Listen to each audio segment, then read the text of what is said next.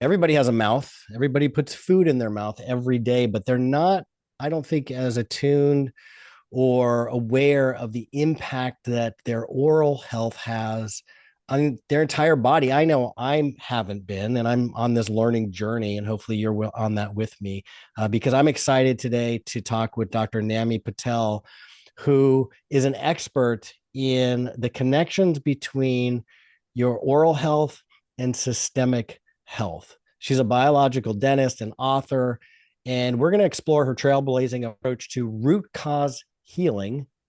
It integrates cutting edge diagnostics with what we know, and I'm sure everybody listening knows, is holistic truth. When you look at the whole person, when you think holistically, you get better healthcare service and better healthcare outcomes. And she's going to help us understand how we can do that by looking at the mouth as part of the root cause of what's going on. So get ready, because we're going to uncover that overlooked biological stressors.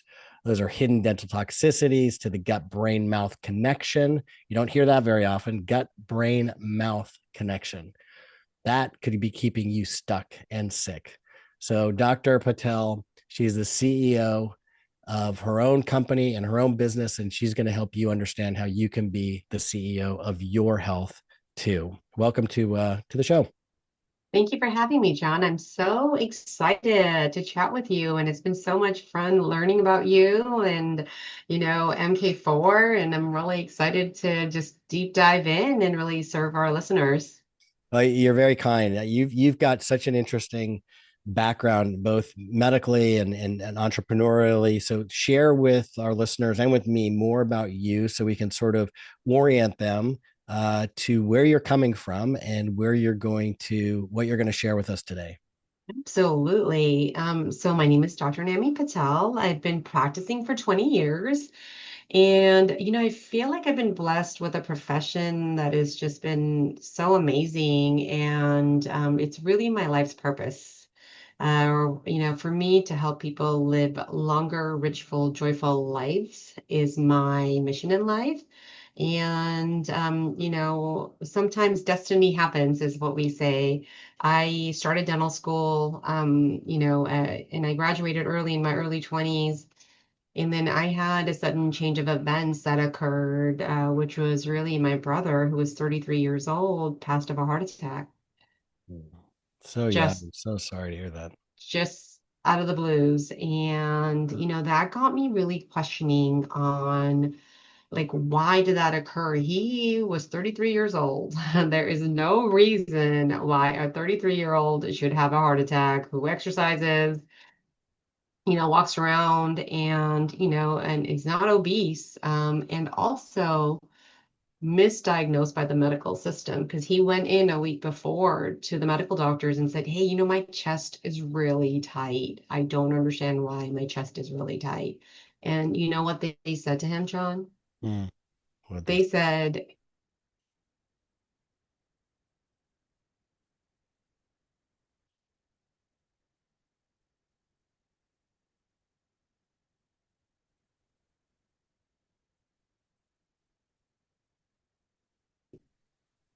and so from that moment, We got to back up a I, little bit. Sorry, it's a bit of a cliffhanger. I heard you okay. say they said, and then you froze. So I don't know if it was just Oh, me or okay. you, but I'm on the edge of my seat here to understand what happened They said it's acid reflux to him. at 33. They said, go home.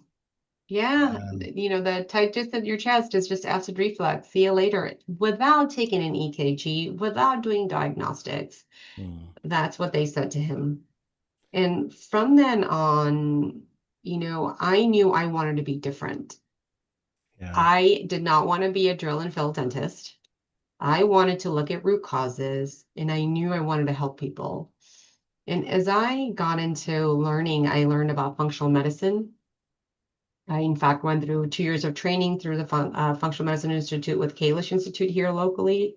I deep dove into oral systemic connection. I actually went and learned about chronic inflammation, and I looked at how genetics can influence our bodies and certain diseases, as well as our environments. And I did biological dentistry. holistic dentistry, Ayurvedic dentistry, and that is how I do my practice today, is to really figure out what are the root causes, what is the specific problem, how can we handle this long term? It never made sense to me, even many years ago. I mean, for decades, it just hasn't made sense when I think about dentists and how they're trained, essentially that the mouth is isolated from the rest of the body. And this is traditional dental education. I don't know if it's still that way, but I kind of imagine it probably is. And why, when you've got a patient in the chair, and the research is so clear that inflammation in the mouth, periodontitis, is a risk factor for dementia, is a risk factor for heart disease. When you have gum recession, when you have some bone loss in the jaw, it could signal osteoporosis throughout the body. All of these things, all these signs that appear in the mouth are signs of potentially other risks and problems happening throughout the body. And you've learned that. It sounds like you've had to go off and learn that on your own, correct? I mean, dentistry still today is not teaching that. Is that? No, it is not. Dentistry or dental schools are not teaching the oral systemic connection. So what I learned is, dentistry is really important for us for two main reasons. One is the microbiome. Looking at the specific saliva, it actually has microbes in it that can cause chronic inflammation. And that is concerning because osteoporosis partly is a chronic condition, right? Yep. And then the second piece that we look at is functional airway, really making sure that we have nose breathing, we're activating the nitric oxide, which lowers chronic inflammation. And we're really able to connect, how the mouth is related to heart attack, diabetes, cancer, Alzheimer's, arthritis, even osteoporosis. We start looking at interleukin 6 are gene markers that tell us if we're at high risk for these diseases, low risk for these diseases, or medium risk for these diseases. Because when we can understand each patient, we can actually customize the care, especially by using supplements, especially by using prevention, so that my motto is precision prevention. And that's what we really want, so that we can have a life that's disease free. And in many ways, this is a great thing to hear is sometimes there's a dental solution to a medical problem. Hmm. And that's what I aim to provide. And that's what I do in my practice is really find dental solutions for medical problems as they are related. Because we are connected. We're quantum beings. Absolutely. So Can you give some examples of what those dental connections to systemic problems and the dental solutions could be for that? absolutely. What I'm actually going to do is I'm going to share my screen, if that's okay. That's great. I'm going to share my screen and share with you certain examples, and I'm going to run through a salivary test for a patient. And this is just somebody I just picked up Yeah. So, off of. so just so people know, many people may be listening to this on their favorite podcast streaming platform. But if you go to YouTube and to the MBI YouTube channel, and this should also be posted to Dr. Patel's YouTube channel when it comes out, you'll be able to see this. So I think this is really helpful to see the visuals. Yes, absolutely. And the reason I liked, so for those of you listening at home, I'm going to share two things. So this is a patient that we did a salivary testing on, which took about 2 minutes to do. They swished in their mouth for about 30 seconds, and then we shipped it off to a lab and had them double check it for us. And it's called Alert 2 by Oral TNA. And it's called Alert 2 because it's doing two things. One is it's checking for pathogens that cause disease. The second thing it's checking for is a gene marker. The gene marker we're looking for is called interleukin 6. Now, these interleukins are cytokines, they're cell signals. And the way each of us have different levels of interleukin 6. Some of us may have low levels of interleukin 6. That means we're like less likely to get disease. There's medium people with medium interleukin 6, and then there's people with high interleukin 6. And if somebody has high interleukin 6, it means that you're more prone to certain conditions that are related to chronic inflammation, especially those chronic gum disease is one. We're also looking at heart disease. We're looking at arthritis. We're looking at diabetes. We're looking at some cancers and also actually one of them is osteoporosis as well. The reason is because it's inflammation of the body. The second thing we're looking at is these 13 species of bacteria, and I like to code them in different lights, as I like to say, green light, yellow light, red light, and then we have the purple ones, which are really pathogenic. The reason why we want to look at both of these things is because everyone is unique. During COVID, there were people who got the vaccine and ended up with so many problems is because their genetics were different. They only had one vaccine for pretty much everyone. And sometimes certain people can't take those vaccines. And the same thing happens for each person is that sometimes people are more prone to diseases. So we need to be more aggressive in their treatment versus sometimes people are really low prone to disease and we can be very relaxed about disease. And so when we look at these specific interactions, what we're looking at is how are these related? So when we look at some of these pathogens, especially the purple light and red light and the yellow light, the way they're related to heart attack and strokes is that you swallow 5 gallons of bacteria every single day. Wait, how much? 5 pounds? 5 gallons, Five yes. gallons of bacteria. Yes, because you're Wow. chewing, you're swallowing, you're doing a lot Wow. of different things, right? So you're swallowing Wow. these bacteria. When they go, you have this for about a year and a half. What happens to these bacteria is they actually cut through the enteric lining, right? Because they go from the Yeah. mouth to That's the the stomach. lining of the intestines, the enteric lining. Yes, Just so the people enteric know. lining. Yeah. And just like you said earlier, the leaky mouth, the leaky gut, the leaky brain, right? And so when those bacteria are in the gut for a long period of time, what they do is they cite chronic inflammation. They break through the gut lining. When they break through the gut lining, they have access to the blood. When they go into the blood, your immune system is like, you are not supposed to be here. So attack. As it does that, what it does is it binds to cholesterol. As it binds to cholesterol in the blood vessels, it starts occluding the arteries, and that's what we call heart attacks and strokes. So there's specific bacteria that are known to be causative for this. And are you profiling the bacteria as well? I'm seeing the, Yes. IL-6 was profiled. Are you looking at the Yes. specific bacteria? Yes, I'm looking at the specific bacteria. Number one, number two, how much of them do you have? I'm checking for that.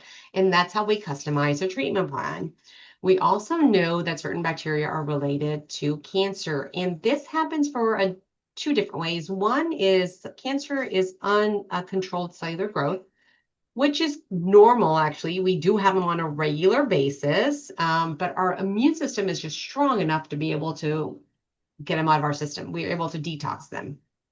Now, when there is these high levels of these bacteria, the purple light, red light, yellow light, and orange light, what happens is that your body becomes overwhelmed. So when it's busy fighting infection, it doesn't really have the resources to be able to fight cancer or get rid of cancer. So that's what happens in those situations.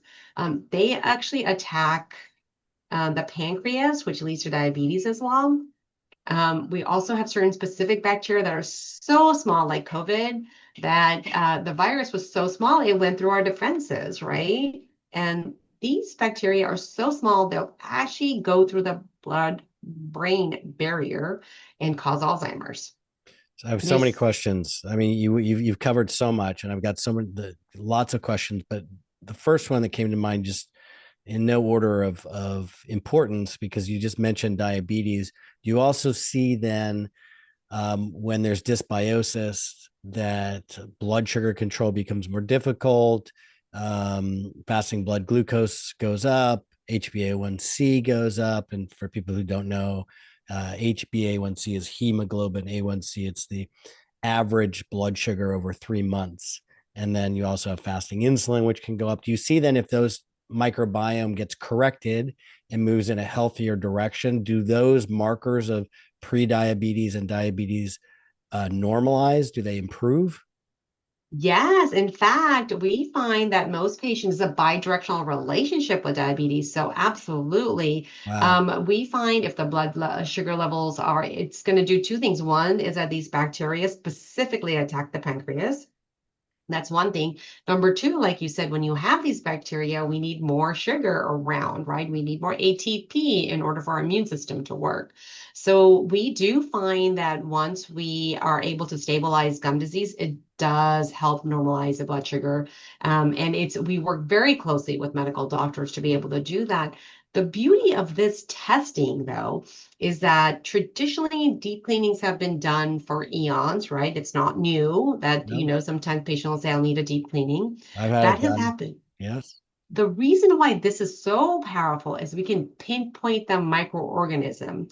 And we want to pinpoint the microorganisms at purple light, red light, and yellow light, right? And as well as the orange light. The reason why is that these specific bacteria, they don't respond to cleanings. We actually have to use lasers or antibiotics to get rid of these bacteria. And that's the reason why it's so important that we identify what these specific bugs are and how do we take care of them. You do a sensitivity on them as well to see what will kill them. Yes, there is Help them out. sensitivity Yeah. testing, and there's been a lot of documentation, but based upon each patient's, genetics as well as their environment and their medical history, we customize a treatment plan for them and take care of them in a way that really serves them. And then we test it again after therapy to make sure that the results are given. We want to make sure that we do treatment, but it's results driven. It's not like, oh, I think it's great because I feel like it. There's no Yeah. feelings. There's actually data and blood results as well as salivary testing that gives these results. But I'm wondering if there's a feeling also because you mentioned Yes. bacteria need more ATP, which sugar is the primary driver of creating ATP, which is cellular energy. Glucose is broken down into cellular energy as ATP. And so I'm wondering if food cravings, if people are needing more of those, could be a symptom of dysbiosis. It's a symptom of two things. One is dysbiosis in the mouth, absolutely. The second is dysbiosis. It actually comes from lack of sleep. Yes. And that is the combination, and that's important to look at as well. And that's one of the things I actually do as well. And not only do I look at the oral microbiome, there's no failed root canals, of course, cavities and things like that. Yeah. But beyond that, we really look at the structure of breathing, right? We want to look at the sinuses, make sure they're clean and open, there's no mold in there or mucositis. We want to make sure the tongue position's in the proper place. We want to make sure the functional airway is in the proper place. And also, what is the structure, form, and function go together? And especially because modern interventions like, braces, teeth extractions, also pacifiers or not being breastfed or thumb sucking, all of those actually make the palate develop in a problematic way. And we actually have to undo all of that. And because if the palate's not in the proper place, in the proper way, the tongue's not in the right place, what's also going to happen is that your sinuses are going to be smaller. You don't get that nitric oxide. And nitric oxide is a natural chemical your body actually makes. We breathe in oxygen and turns into nitric oxide in our sinus cavities. And what it does, it actually helps lower chronic inflammation. It actually helps reduce the risk of heart attack, diabetes, cancer, Alzheimer, and arthritis. So it actually is doing that on Right. a natural And it's a basis. vasodilator, so it increases blood flow throughout the body, and which is one of the mechanisms by which it has all those benefits that you mentioned. Is there more that you want to show on the test? This is what I wanted to show on the test so that way, it's visible. And then I feel like just understanding the connection really is the Yep, big thing that I want to show. And then sometimes just seeing the test really helps, right? Is so absolutely. that it's data driven and it's great at explaining it. It's great at customizing and personalizing the treatment for each person But because the reality is we all want to avoid disease. yeah, and I love that approach. In clinical practice, I found before I was doing functional testing, I'd have all these great ideas, definitely sound logic, but I would be sharing the treatment plan with patients and telling them what I wanted to do, and it was essentially me saying, just believe what I'm saying, just buy into my story that I'm telling you, and let's do this.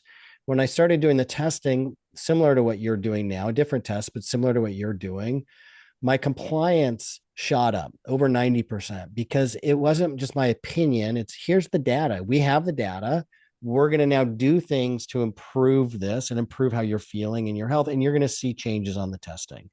And that was a much better clinical approach for people to understand. So I love that you're doing that. I'd like to touch on now something we haven't talked about, and that is the mouth brain connection, because the olfactory nerve, the nerves that innervate your nose, connect to the roof of the mouth.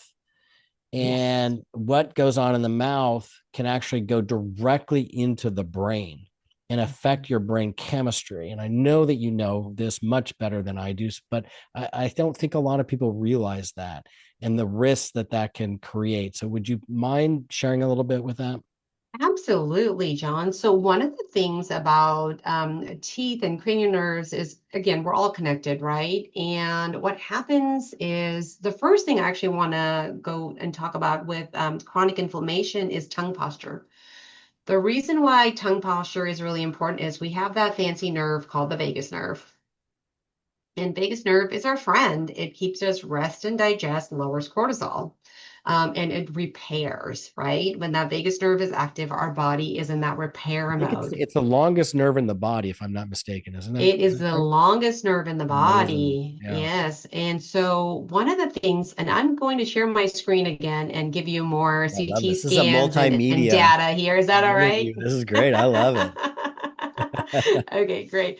So I'm going to share with you a patient that I worked on. And the reason is person, I can't, your screen, what I'm seeing is black. There we go. Now I see. oh, okay, great. Okay. So one of the things we're Wow. looking at is a completed case. This is something that took 2 years, in which we're expanding bone, upper and lower jaws, and making enough space for the tongue, and And you're expanding doing that mechanically?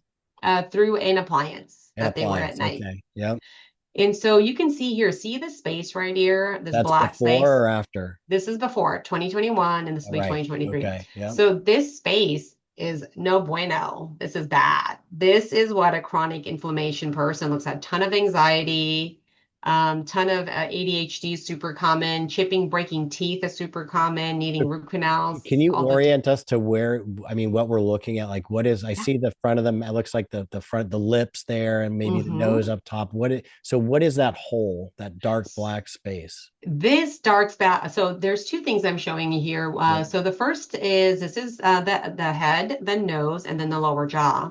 This here is the windpipe right over here. Okay. This is empty space that should not be there. This is bad. So that's in their oral cavity in the mouth. Yes, Okay. yes. I just mentioned the vagus nerve to you. The reason why this person in this stage had the anxiety, irritability, not being able to sleep, anxious again, we just said anxious all the time, was Yep. chipping and breaking teeth, had gut issues, SIBO, had ringing in the ears, headaches, acid reflux, all sorts of stuff, is because that tongue did not have enough space. So what I did is I expanded the upper and the lower jaw, and I put that tongue at the roof of the palate. See how that black space is gone now? Yes. So I put that tongue at the roof of the palate where it belongs, because I activated, we call that vasovagal tone.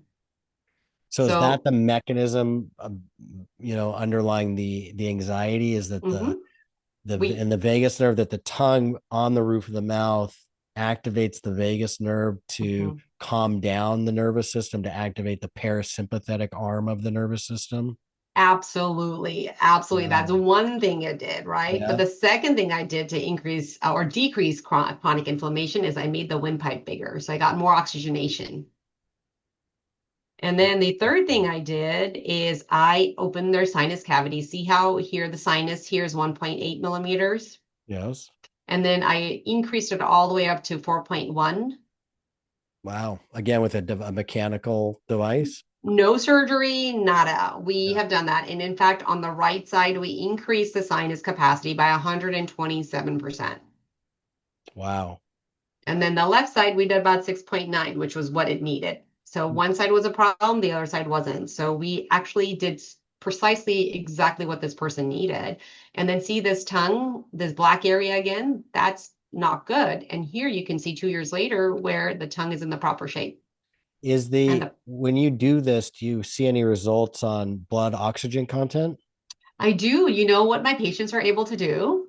Hmm. They're able to run marathons. So just so people know, I mean, blood oxygen content then is, how much oxygen is in the blood. So if you're increasing those sinus passages, oh my goodness, they've got to feel better, right? If they're getting more oxygen. Right. And believe it or not, I have 70-year-olds running marathons now. And that's really great because that's their desire is to live and live well, right? And so by doing these things, we're decreasing inflammation, we're biohacking and biooptimizing the body to be able to live healthy. Well, and you're increasing health span and probably lifespan in some cases as well, I would think. Absolutely. We're doing all this, and the quality of life is really good. That's what we really want, right? Now you're So looking at IL-6. You showed there are multiple interleukins that are produced by immune cells that contribute to inflammation. Is that the primary one? Are there other ones as well, or is that you find that that is the specific sort of most sensitive interleukin to look at for your purposes? for my purpose, the best one to look at is going to be interleukin 6. There's 2, 4, 6, 8, right? There's so Yeah. many different ones. But the one that I look at specifically really makes a difference because we're looking at jawbone structure. And if people have bone loss, which is, of course, one of the things that happens in osteoporosis, right, or osteopenia, we're looking at patients and we're seeing the correlation between osteoporosis, osteopenia, and interleukin 6. Also, losing jawbone, right? Those are things that are very important. Well, And then, that's what that connection is well documented. The gut bone connection is there's no ambiguity and there's no controversy in the research about any of that anymore. yes, absolutely. And it only took how many years? Decades. But we got there. We're getting there. Yeah. The with your approach and looking at this, I'm sure you're having conversations with people who have osteoporosis or osteopenia and have been recommended medications or taking medications. And there's a big fear. I get asked this question a lot. Well, what about, Fosamax or any of the bisphosphonates or Prolia and what's called bisphosphonate related osteonecrosis of the jaw, where the jaw just, you have a dental procedure, something as simple as even pulling a teeth, and that jawbone begins to disintegrate, and it's a very difficult thing to stop. How do you counsel patients on that? For patients who may have gone through bisphosphonate, we actually recommend hyperbaric chamber. Oh, interesting. That's I haven't heard Yeah, that before. yeah. Hyperbaric chamber actually helps increase Hyperbaric blood flow. oxygen. Yeah. Yeah, yeah. So to be able to help with that, that helps combat that. And then, you already are doing the supplement pieces, D3, the K2 and the K4, like we just spoke Yeah. about. Yeah. So The those are really MK4 and big. D3. Yeah. Yeah. So those are really important. And then the other thing we add is B12. The reason for B12 is, as we were talking about the gut body connection, when B12 is present, it really allows D3 to work really well, which we know is a pathway for making bone. And also makes sure that the gut lining is intact, which we want because it's part of our immune system, and also lets all the specific bacteria that we need to live healthy. So we look at B12 and then, of course, D3 and K2. And then also from a patient perspective, the most important other things that I recommend actually are Tai Chi. Oh, interesting. Why is that? For what I've learned is that Tai Chi is really great.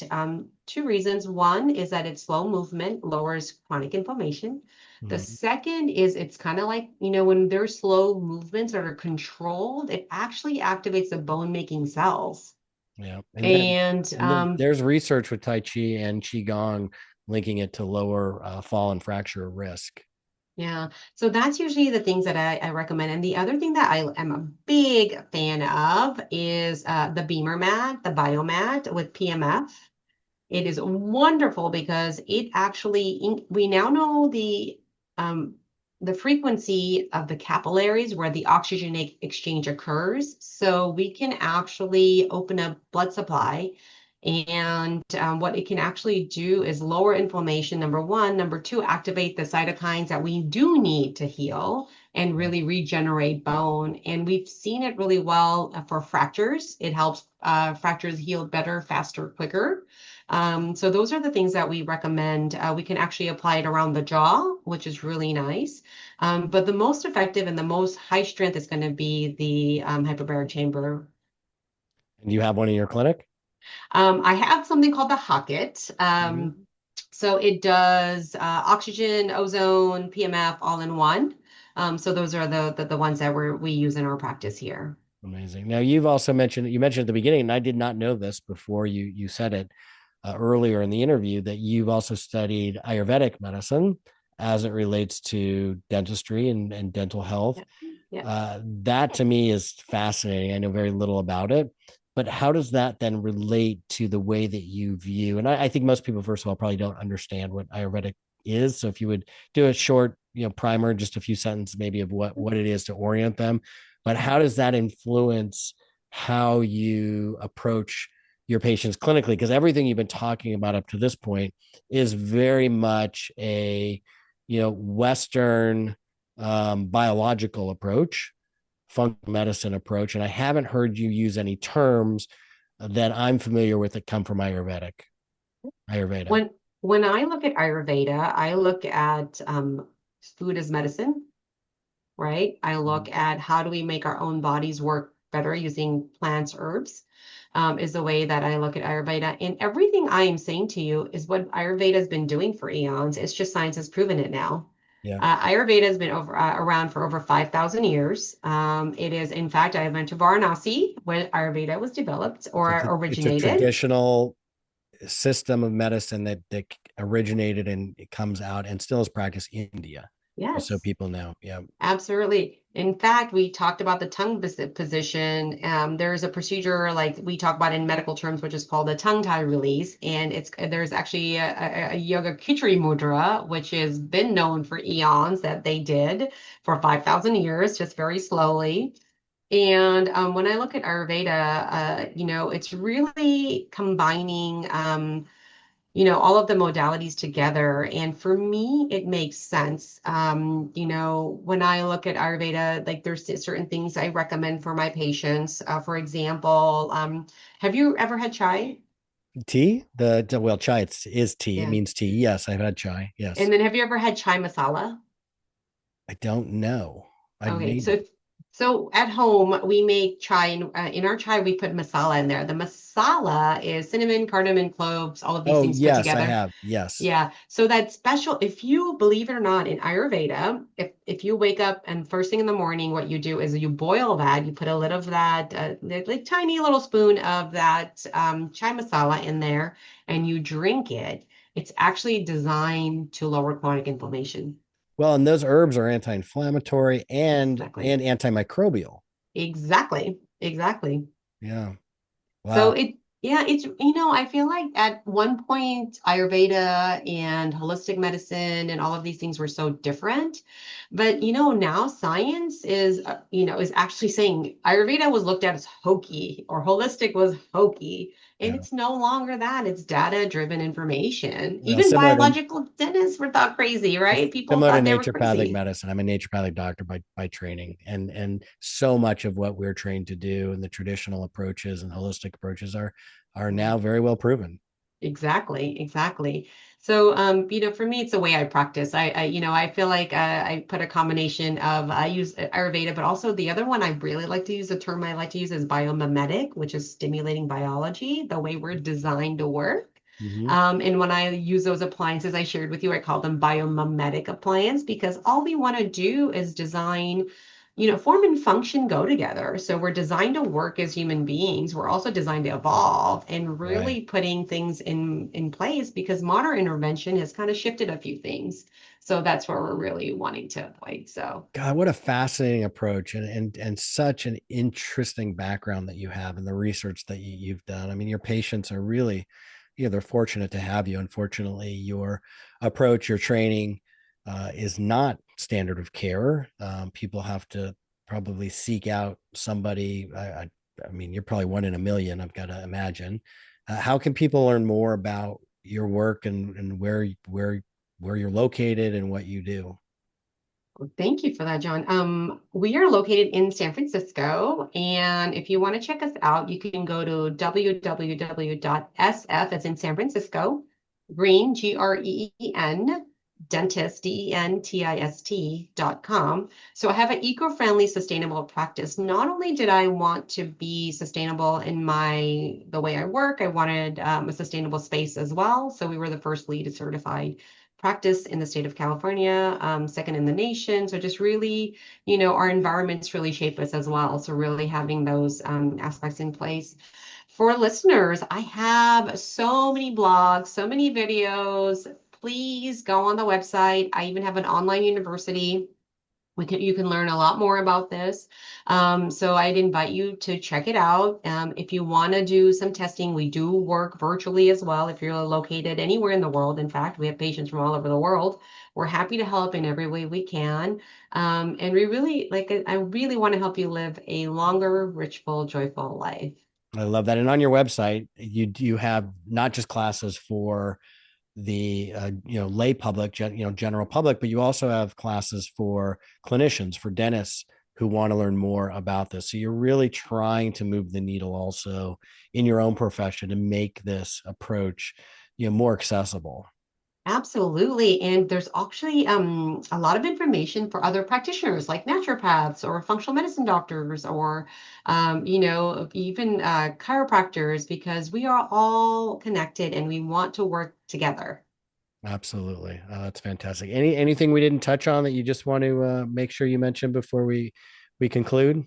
I feel like we did, this was wonderful. And thank you for your time. And I really enjoyed our time together. It was amazing. Thank you. I loved it. Thank you so much. You're welcome.